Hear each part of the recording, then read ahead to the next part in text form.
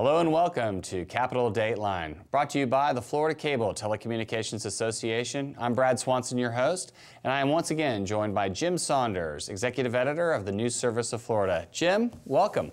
Thanks. Got a lot going on in Florida as usual. Let's get right down to it. So, Florida Chamber, Enterprise Florida, a bunch of folks met down in Orlando last week, and the governor was there to talk about some economic development spending he has planned. Well, he's revving up the engine again for economic incentives, trying to get $85 million next year for economic incentives to try to attract businesses to the state. But as you recall, that was a huge fight during the last legislative session when he sought $250 million. And the House pretty much said no, no, no. So this is a lot of no's. This is already gearing up as a possible or likely point of contention for the 2017 session. The governor did announce this at this Enterprise Florida event, and pretty quickly the new House Speaker, incoming House Speaker Richard Corcoran, put out a statement that said, the House is not going to go along with corporate welfare, which translated means we're not passing this $85 million. Now, a lot can change during the session. There's a lot of deals get cut and so on. And also the incoming Senate Appropriations Chairman, Jack Latvala, has kind of signaled that he'd be willing to provide money for incentives. But I think the House is pretty dug in on this issue. I was kind of comparing it the other day to how the House handled the Medicaid expansion, if you remember that from a couple years ago. The issue kept coming back, and the House was dug in and said, we're not doing it, and it never got done. And that appears to be kind of the tack that Corcoran is taking at this point on that issue. Well, you know, Corcoran might have a different voting bloc, at least by one seat. What happened last week in one of the House members' districts? Well, it's not funny, but Representative Reggie Fullwood pleaded guilty to in federal court to charges related to misuse of campaign funds. He basically was accused of using his campaign fund for his personal expenses. So there was a wire-related federal charge, as well as a charge for not filing his tax returns.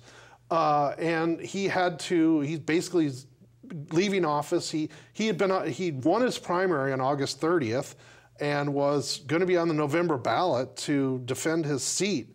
But he had to give notice on Friday that he's not running again. It creates sort of an interesting situation in that his name is going to be on the ballot, it appears, in this district in Jacksonville. But the Democratic Party is going to have to find a replacement candidate pretty fast. So voters will go into the polling place and see Reggie Fullwood's name on the ballot, but they'll be voting for somebody else. The saving grace for Democrats in that seat is it's a heavily Democratic district. I mean, it's overwhelmingly Democratic district. So, you know, they may be able to hold on to it that way, but even with his name on the ballot. But it adds a wrinkle to this whole thing. Republicans do have a candidate in that race. Now, whether they're going to put much time and effort into, you know, trying to win that race or that seat is a little bit early to tell at this point. But, you know, Reggie Fullwood, he's been in the House since 2010. He was on the Jacksonville City Council for years before that. You know, his political career looks, at least in the short term, looks over. And he's, you know, facing some serious penalties as well. Yeah, so. Yeah. Well, we'll have to stay tuned to see what Democrat candidate steps into that seat. Yeah.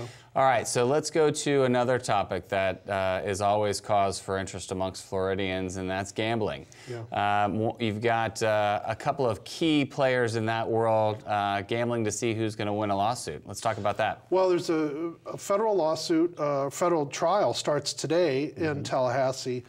This is a long-running fight between the Seminole Tribe of Florida and the state over, it relates back to a gambling agreement that was reached in 2010 between the state and the tribe. part of that agreement allowed the tribe to offer games like blackjack at some of their tribal casinos in exchange for the tribe paying the state quite a bit of money every year. And that part of the deal expired last year, and the state and the tribe have been fighting ever since about whether the tribe should be able to continue offering those games. There's a lot of money involved here. The state says, you know, the deal is done, or, you know, it's expired. You don't have the right to do it. The tribe has fired back that not only do they have the right to do it, but that the state actually invalidated the agreement because it allowed things to go on at parimutuel facilities that shouldn't have gone on. So it's a real, they're really, this has been going on for a while. I think there was a lot of hope or possibility that if the legislature during this year's session could have passed a gambling bill, it would have somehow resolved this issue. If you remember correctly, Governor Scott put out a gambling proposal at one point, but you know, it never got off the ground. There was never a deal, so this whole tribe issue did not get resolved, and now they're in federal court, which is a place that's difficult for anybody. I also think that probably whatever happens at the U.S. District Court level will get appealed. You know, there's a lot of tribal issues that go up on appeal in the federal court system because tribal gambling law as well as sovereignty laws are very complex in the federal court system. Yeah. Well, we'll have to stay tuned to see what happens with that. I know a lot of Floridians and Florida businesses depend on the direction of where that industry is going. So we'll stay tuned.